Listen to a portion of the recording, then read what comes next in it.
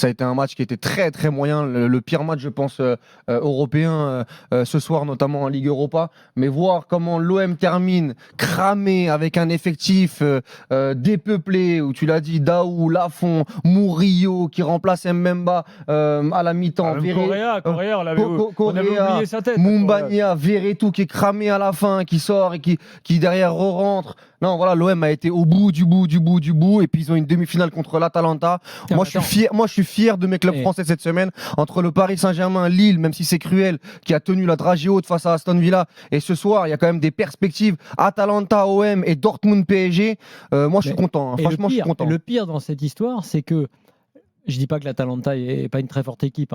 Match retour à Bergame. Ouais. Mais ce que je veux dire, c'est que tu n'as pas un épouvantail. Ça n'est pas Liverpool et ça n'est pas de l'autre côté City. Exactement. C'est Dortmund et l'Atalanta. Donc, c'est dommage pour Daou parce qu'il aurait pu faire un week-end à Rome. Et finalement, il ira à Bergame. C'est clair. Oui, tu prends la tête de série numéro... semaine. Ouais.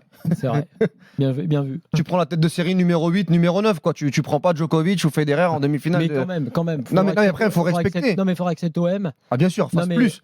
Non, mais fasse plus, mais surtout récupère, si possible, des joueurs. Un ou deux joueurs. Klaus, Mbemba... Parce que t'as quand même... Tu joues sans tes deux latéraux. Mais parce qu'il faut le dire quand même. Après, on pourra critiquer le jeu de l'OM. L'équipe qui termine ce match, elle est folle. Elle est dingue. Mais ça, non, mais on va la citer. Non, mais on va la citer. Paul Lopez, Kondogbia, défenseur central à côté de Balerdi, qui a été incroyable. J'aimerais y revenir juste après. Murillo, de l'autre côté, on a Luis Enrique qui arrive en janvier et qui joue latéral. Daou, Verretou, Lafont, Mumbagna, Aubameyang, Correa. Mais c'est comment moi je félicite l'OM parce qu'ils ont été au bout du bout. Ils ont été au bout du bout. Obligé de faire entrer des joueurs du banc parce que de toute façon les mecs étaient cramés sur le terrain. À la fin, t'as Verretou. Sur le banc, il y avait encore Kassim Abdallah et Yakin Saïd Madi. Ah oui. Et quand même, on n'a pas cité le truc de la soirée qui est le plus dingue. L'hommage à Daniel. Ah oui. Le but de Mumbagna. Il fait une belle semaine. Après, Mumbagna fait une entrée catastrophique. Il est nul. Il est nul, je suis d'accord. Non, mais attends. Je voudrais faire un point, juste un point important. Est-ce que c'est pas quand même une semaine terrible pour Daniel qui a pris 4-1 avec le génie de Luis Enrique avec le PSG et qui prend un but de Mumbagna avec l'OM qui qualifie plus ou moins l'OM. Daniel, c'est la semaine Barcola-Mumbagna. Ah, c'est ça. En plus, c'est son anniversaire dans 5 minutes. Hein. Du coup, c'est son anniversaire dans 5 minutes. Soir, il est parti en week-end. Non mais alors, quand Mumbagna a marqué, après effectivement Bambi qui a mis la misère à tout le monde mardi, j'ai dit non, Daniel. Heureusement pour lui qui fait une rentrée catastrophique. Je me suis rappelé que c'était Walid. Je me suis dit putain, heureusement, Punaise.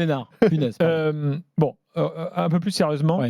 Bon, il y a l'histoire de l'effectif qui est absolument. C'est vrai que c'est absolument dingue quand tu vois qui rentre dans un quart de finale retour de Coupe d'Europe. Benfica.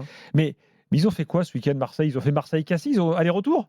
Ils ont couru. Non mais Gilbert, c'est une Benfica, équipe. ils ont joué ce week-end. Oui, d'accord. Les gars, Marseille, ils étaient tous complètement cramés. Gilbert, ils sont cramés. Les gars de Benfica, mais ils sont cramés depuis un long moment. Ils ont tiré tous. Aubameyang, Verretou, Balerdi. Il y a des grosses blessures dans cet effectif-là. Non mais est-ce que c'est normal?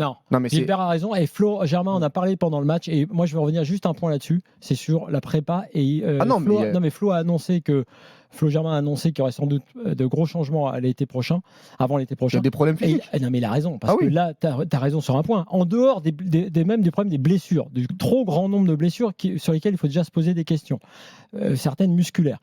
Tu as effectivement cette fatigue. Je me souviens dans l'enchaînement des matchs, j'en avais parlé de Gasset qui se plaignait, qui disait on va essayer difficilement de passer le dernier match à Rennes, mais on ne sait pas si on va tenir. Ils sont cramés. Déjà un délire. Et là, tu as raison. Gattuso qui arrive, qui dit l'état physique de l'équipe est déplorable. Non, mais ils ont eu 2 prépas différentes, celle de Marcelino, celle de Gattuso. Il y a un staff médical qui est catastrophique. Le staff médical de l'Olympique de Marseille, et je pense qu'il y aura, tu l'as dit, des changements, et Flo Germain l'a expliqué l'année prochaine. Et cette année, entre les départs à la... qu'ils ont un excellent podologue. Ah oui? Je sais pas si c'est toujours lui, Monsieur Guerre. Mais Mumbagna, il a pas enlevé les boîtes à chaussures de Mumbagna. Hein.